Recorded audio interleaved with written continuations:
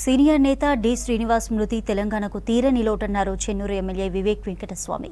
కాకా కుటుంబంతో డిఎస్కు 50 ఏండ్ల అనుబంధం ఉందన్నారు.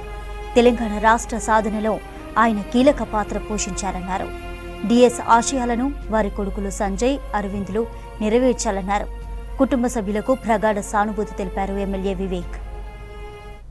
హోటల్ నారాయణగూడలో చర్చించేవారు యూత్ కాంగ్రెస్లో వారు ఉన్నప్పుడు. దాని తర్వాత మా నాన్నగారితో వారు తెలంగాణ రాష్ట్ర సమితి నుంచి అలయన్స్ అయినప్పుడు వాళ్ళిద్దరు కూడా కలిసి అప్పుడు తెలంగాణ సాధించుకోవాలని చెప్పి అనేక సార్లు చర్చించి కొట్లాడడం కూడా తెలంగాణ గురించి జరిగింది. వారు పోవడం నిజంగానే తెలంగాణకు చాలా లోటు.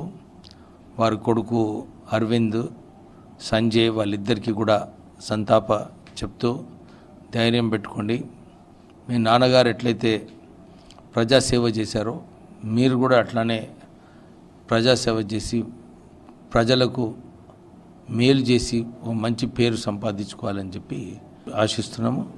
వారికి వారి కుటుంబ సభ్యులకి అందరికీ కూడా ఒక ధైర్యం ఇప్పించి శ్రీనివాస్ లేనప్పుడు కూడా వారి ఆశయాలను పూర్తి చేయాలని చెప్పి కోరుతున్నాం.